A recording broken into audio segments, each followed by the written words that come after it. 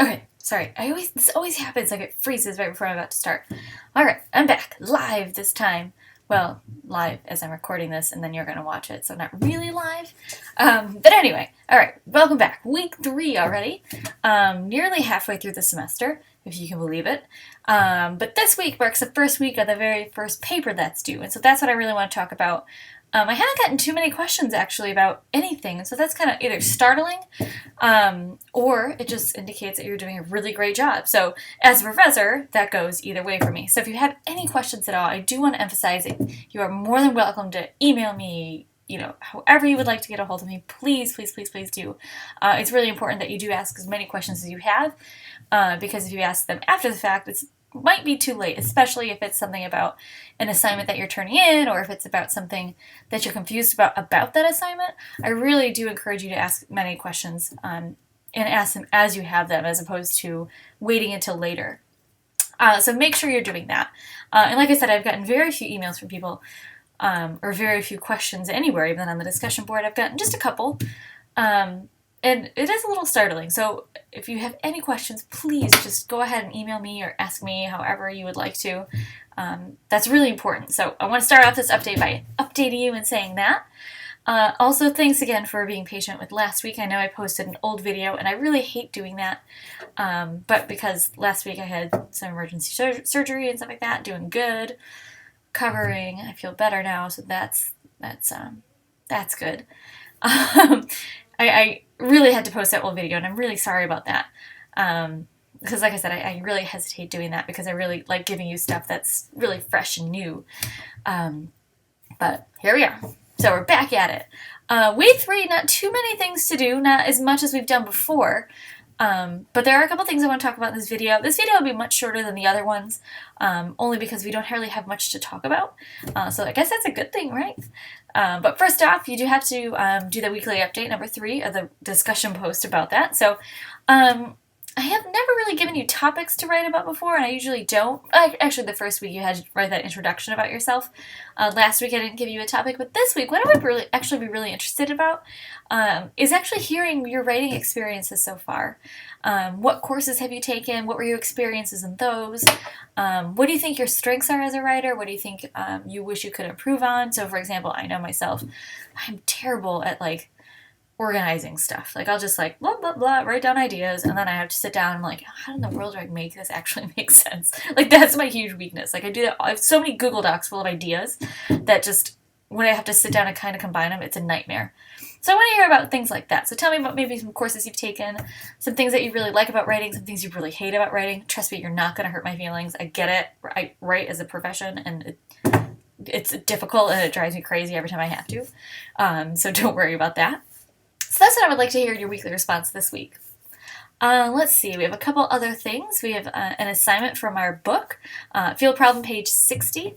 It's all described there. It should have all the information, not only in the module, but also on page 60 from your textbook. It's a short response. I ask you to do a couple things, but then also, let's see.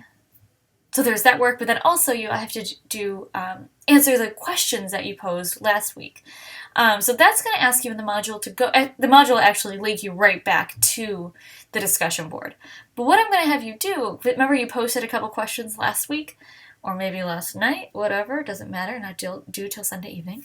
What I'm going to have to ask you to do is go back to those questions that you posted and answer questions that other people posted. Now, they might be very similar questions that you posted, but I don't want you answering your own questions. So I don't want to be like, Kim Lacey, I'm going to go back and answer my, questions that Kim Lacey wrote.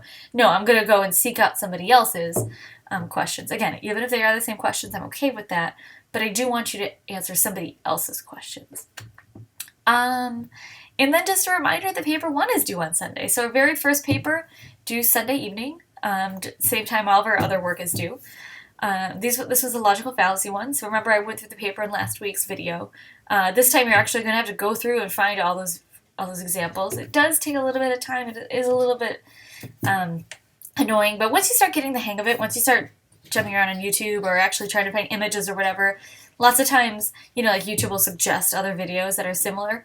You can just look through those. Those will really, probably be ones that'll be really helpful. So that's something that if you're kind of running out of time, or if you are curious about how to find more examples, that's an easy way to do that.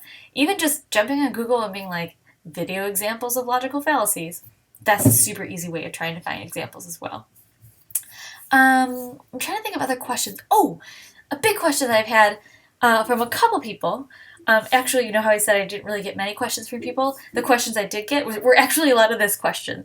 So I do want to answer that before we move on. Unfortunately, in Canvas, the default grade is 0.